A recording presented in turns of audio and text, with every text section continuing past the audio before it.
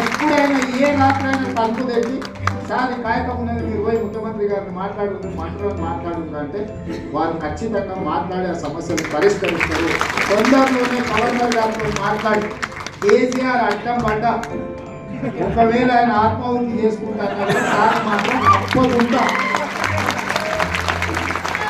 తప్పకుండా పోరాటం సార్లు శాసన మండలికి పంపించే బాధ్యత మా మంత్రివర్గం తీసుకుంటారని మాటిస్తూ మీ డిఏలను కూడా మా పరిశీలనలో ఉంది.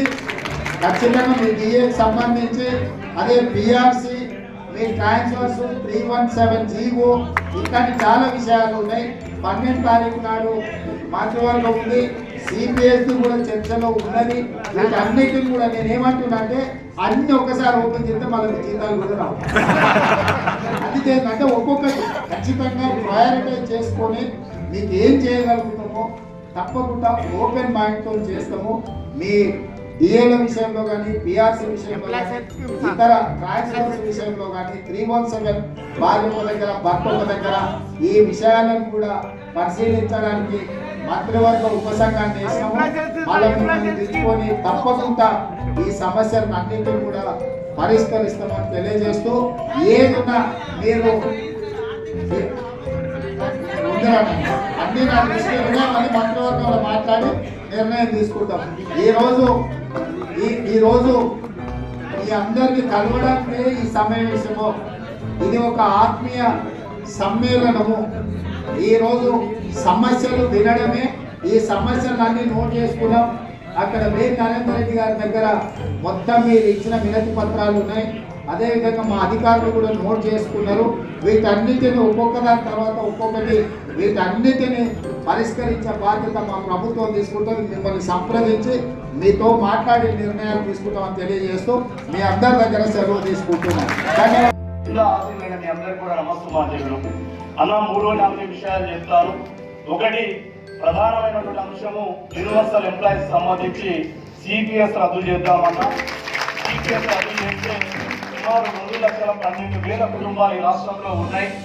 మరి వాళ్ళు భవిష్యత్తులో పెన్షన్కు నోచుకోకుండా ఆదుర్దా చెందుతున్నటువంటి సమయం మనకు కూడా ఒక లాభం ఉంటుందన్న. 10% గవర్నమెంట్ ఎంప్లాయీ బేసిక్ పేలో కాంట్రిబ్యూట్ చేస్తే మనం కూడా 10% గవర్నమెంట్ ఆఫ్ తెలంగాణ కాంట్రిబ్యూట్ చేస్తా ఉంది. అవి రైట్ ఆర్ రాంగ్ నాకు తెలియదు, కానీ నేను గత సంవత్సరం తీసినటువంటి లెక్కల ప్రకారం ప్రతి నెల తెలంగాణ గవర్నమెంట్ ఎంప్లాయీస్ కోసం 218 కోట్లు ఇస్తుంది. అంటే సంవత్సరానికి 2,500 కోట్లు ప్రభుత్వం ఎంప్లాయీస్ ఇస్తుందన్న. సిపిఎస్ రద్దు చేస్తే మనమిచ్చే 2,500 కోట్లు తగ్గుతాయి.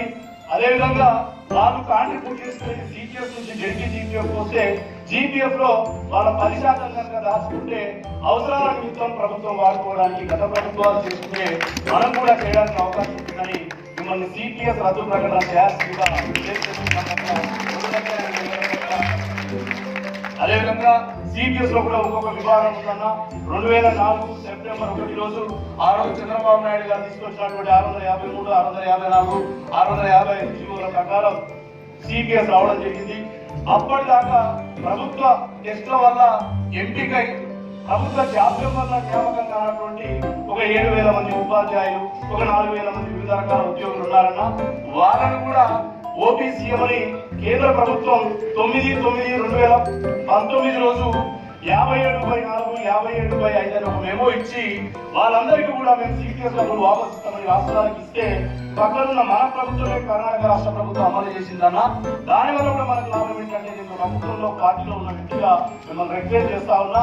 వాళ్ళ కనుక మనం ఓకేస్ లో తీసుకొస్తే వాళ్ళు దాచిపెట్టుకున్న ఇన్నాళ్ళ 1600 కోట్ల రూపాయలు మన తెలంగాణ రాష్ట్ర ప్రభుత్వానికి కేంద్ర ప్రభుత్వం ఇస్తుందన్న. ఇప్పుడున్నటువంటి ఈ ఆర్థిక పరిస్థితులలో 1600 కోట్లు వస్తే మనం ఏ స్కీమ్ అయినా అవలీలగా చేయగలుగుతాం. వాళ్ళ అభిష్టాన్ని కూడా నెరవేర్చిన వాళ్ళ అవుతాం కూడా నేను మీతో విజ్ఞప్తి చేస్తా ఉన్నా. అదేవిధంగా ఈ రోజు నేను కొన్ని విషయాలు మీతో చెప్తా ఉన్నా అన్న. ఇక్కడ 2 రకాల సమస్యలు ఉంటాయి. ఒకటి ఆర్థికంతో ముడిపడినటువంటి సమస్యలు, మరికొన్ని శాఖాపరంగా తీసుకునే నిర్ణయాలు కూడా కొన్ని ఉంటాయన్న. నేను విజ్ఞప్తి చేస్తా ఉన్నా, మీరు చాలా బిజీగా ఉంటారు, అయినప్పటికీ ఎప్పుడు వచ్చినా కూడా సమయం ఇస్తున్నారు. ఈ రోజు కూడా ఇంత సమయం ఇచ్చిండ్రు. ఆర్థిక పరమైనటువంటి అంశాలను కొంత లేట్ అయినా మా ఉద్యోగ ఉపాధ్యాయ ఫ్యామిలీస్ అర్థం చేసుకుంటారు. కొన్ని ఇందాక ఫర్ ఎగ్జాంపుల్ చెప్తా ఉన్నామా, కస్తూర్బా గాంధీలో కానీ మోడల్ స్కూల్స్ లో కానీ ఇక్కడ పనిచేసే వాళ్ళందరికీ కూడా అమ్మాయిల కన్నా 15 రోజులు సీరియస్ ఉన్నాయి సంవత్సరానికి. 27 రోజులు ప్రభుత్వంలో పనిచేసే ఇతర మహిళా ఉద్యోగులు లేకుంటే కస్తూర్బాలో కానీ మోడల్ స్కూల్లో పనిచేసే వాళ్ళకి 15 రోజులు ఉన్నాయన్న. వాళ్ళ గైనింగ్ సమస్య ఉంటుందన్నా, మనకు కూడా ఇంట్లో ఆడవాళ్ళు ఉన్నారు.